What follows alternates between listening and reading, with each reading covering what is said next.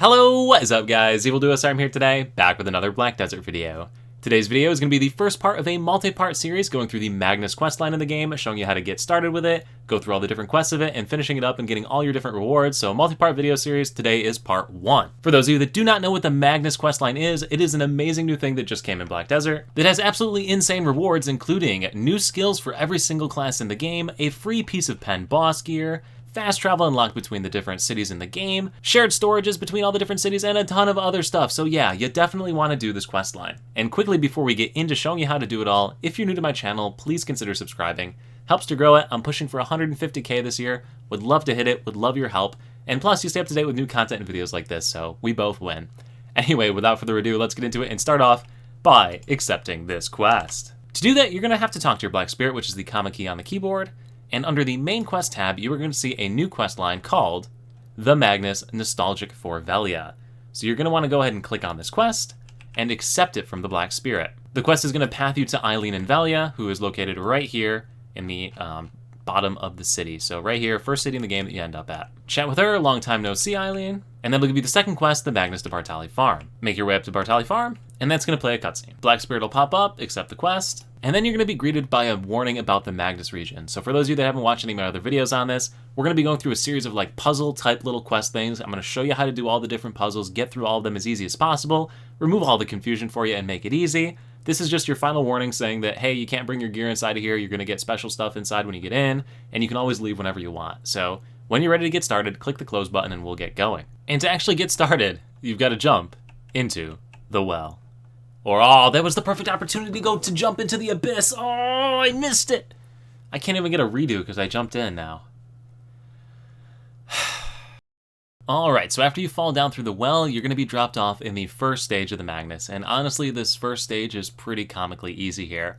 All you're going to do is follow the waypoints that pop up on your screen. I'm speeding up through the footage because it's literally just walk from point to point to point. The only important thing is make sure that you talk to the Black Spirit at certain points, that way you can continue the quest. So if you're ever lost or a waypoint isn't there, make sure you talk to your Black Spirit, go to the main quest tab, and accept the next Magnus quest line. One of the quests that you're going to have to do during this involves opening up your inventory. It's the one that I'm at right now on the screen. Just press the I key and then you can close out your inventory, accept the next quest from the Black Spirit, and keep on rolling. It's ultimately going to take you until you get to a cutscene. You'll watch the cutscene, and then you'll be able to jump on through into the next stage of the Magnus here. And to get into that next stage, climb up on top of this little platform here, interact with it, and then we're going to jump back into the next opening here. So when you jump down into this thing, it's going to hit you with a warning pop-up here. Just hit yes to that and just equip all of the gear that you have here by left-clicking on it if you didn't already when you opened up your inventory a second ago. Just run it down the line and equip each of the different pieces here. And then if you try to step off the platform, it should launch you into your next little free fall into the next area. So for this one, when you turn around behind you, you're immediately going to see a rowboat. Jump on into that rowboat. Press space to jump on into it and press R to equip it. And then honestly, the rest of this one is super, super simple. All you're going to do is point the boat in the direction of the little puff of whatever in front of you. At a certain point during this, there is going to be a split of 2 puffs that go either to the left or the right. When those pop up, go ahead and pay attention to your cat. Your cat will meow when you are facing the right direction and heading towards the right little puff of water. So if you're heading the wrong way, the cat will not be meowing. So look at the text bubbles above the cat. Anyway, when you reach the end of this, you're just going to go ahead and interact with it by pressing the R key. Thing's going to play a cutscene, jump up from the cutscene, jump through the portal, and you'll be back at the little hub area that we were just at. In the hub, you're going to talk to the NPC Wuju, who we saw a little while ago in one of the cutscenes. It'll play a cutscene, continue mashing along through, find the guy and keep talking, interact with this Abyss Altar to begin the next region here, and then head on down to the circle and jump on into it. So this one's going to drop you off in a cave here where you need to pick up these pearls and bring them to an altar in the middle of the cave. So you've got Red Nose that's going to be running around in a circle around the altar, and you need to pick up the things and bring them. You saw right there, the first pearl was pretty easy to get on the way in. Next one's also right next to the altar. Next one is again behind Red Nose a little bit further. You can pick this one up pretty easily and bring it on over. Now he's going to start doing some different animations, or at least he did for me.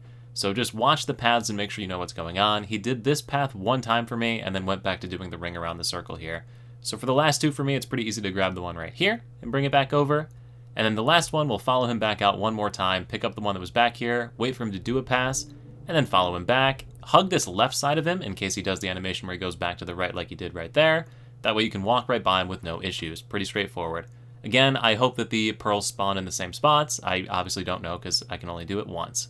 Anyway, you'll just follow this cat the rest of the way out. It'll take you to the entrance where you'll jump back into the teleporter, dropping back into the main Central Abyss region and pick back up in the hub world. Back in the hub, if you look up and to your left, you're going to see the NPC Wuju once again. Head on up to this altar here, interact with the Abyss altar, chat, goes clickety-clack, and that'll bring us into the next world. So jump on into the circle.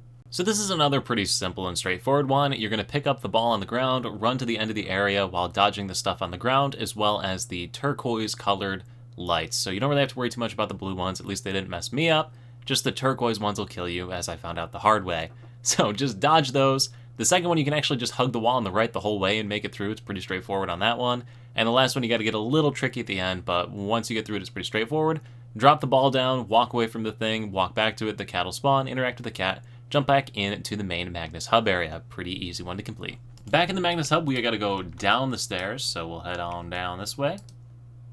And you will see the NPC Wuju hanging out right here. It'll play a cutscene. And after that, you'll have completed the Balenos territory, which means you can now access the next region, and to do that, we'll interact with the Abyssal Veins here, interact with that with the chat button, and it'll take us on out of here. Yo, sick, look at that bow. And completing that little cutscene there is going to drop you off with some nice rewards here, so Blessed Message Scroll, Item Collection Scroll, and 5 Eileen's Tears. That's now going to complete the Serendia territory as well, and then you'll have one more quest here to talk to this NPC, the Mysterious Traveler right here, interact with them, and that'll give you the items that we just talked about. Bringing up the Black Spirit will accept the next region, Magnus to Moretti Farm, and I think that's where we'll stop this first video. So what did doing those quests unlock for us at this point? We can now access the Balenos as well as Serendia storages from any storage keeper. So in the Balenos territories, I could pull in my Olvia storage, I could pull in my Ilia Island storage into my inventory from anywhere in the game at any one of these different storage keepers. Likewise, I can pull either of the Serendias into my inventory. Now, if I tried to click on Calpheon, I wouldn't be able to because I haven't completed the Abyss for it yet,